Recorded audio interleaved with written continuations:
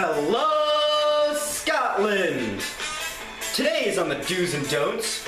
We'll be looking into the lives of 3 kings. And we'll be discovering the do's and don'ts of ruling Scotland. And today, with our guest ghost, Banquo!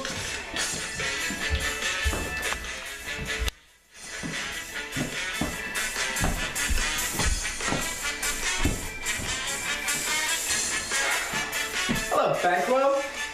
How are you doing today? Great to hear. Well, today we'll be visited by first Duncan, then Macbeth, and then Malcolm. So, do you have any insight on any of these 3? Screw Macbeth. Okay then. Let's bring in our first king, the OG, the one and only King Duncan. Hello, good sir. Good to see you, Ewan. Good to see you too. Well, Duncan, let's get down to it. What would you say the most important do is of ruling Scotland? Well, in my experience, one should rule from the kindness of one's heart.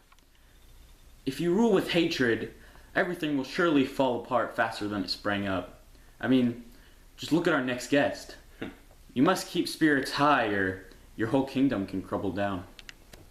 I can see that you truly rule from the heart. Banquo, do you have anything to say about this? Thanks for your input. Well, Duncan, what would you say the major don't is of ruling Scotland? Well, I would say don't betray your boss or anyone for that matter.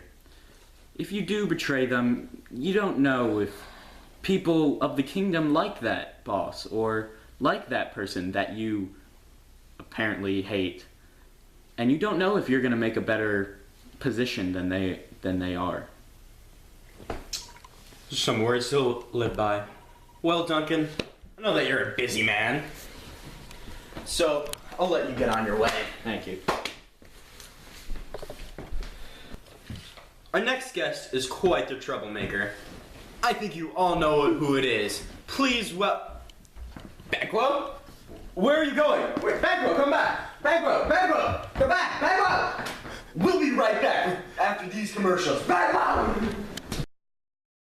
Welcome back. Banquo had, he had some emotional difficulties and he had to go find his son Fleance.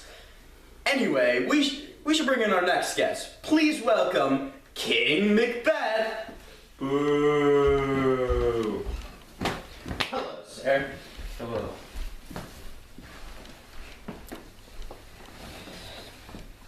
Good day, King Macbeth. How is your wife doing? How if I care? She could be dead for all I know. Sorry to hear that. I mean, you two were so close. A partnership more than a marriage. I wouldn't worry. I prefer to rule on my own terms. These days, all she seems to do is get in the way. Well, let's get down to it. What would you say the biggest do is of ruling Scotland? My intentions were to eliminate all that oppose me to ensure a long reign for myself. Why don't you just adopt a kid? Anyways, next question. What would you say the most important don't is of ruling Scotland? I'd say don't plan out your rule based on a prophecy that a bunch of ugly witches gave you. I got screwed twice by those ugly witches, and also don't believe in those floating heads and bloody children either. They lie too. Okay. I'm sure that's good advice for anyone that doesn't know witches are usually associated with evil. But anyway, thank you. I'm afraid I must leave now. The Castle of Fife has been quite unruly, and I think I should take it upon myself to kindly ask them to settle down. Well, thanks for coming on.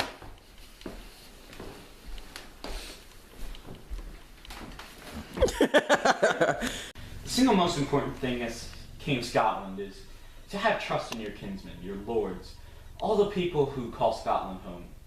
If trust between men is existent, then the opportunity for a traitor to rise up is almost non-existent. Rule for the country, not for yourself. Such noble words from such a noble king. Thank you, good sir.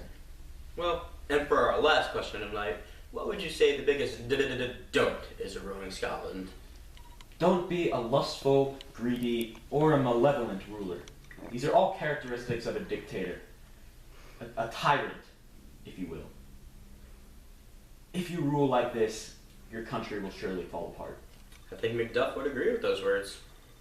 I thank you for this gracious opportunity, and for that, I will appoint you Earl. Good day to you, sir. It's you! Generous man that Malcolm is.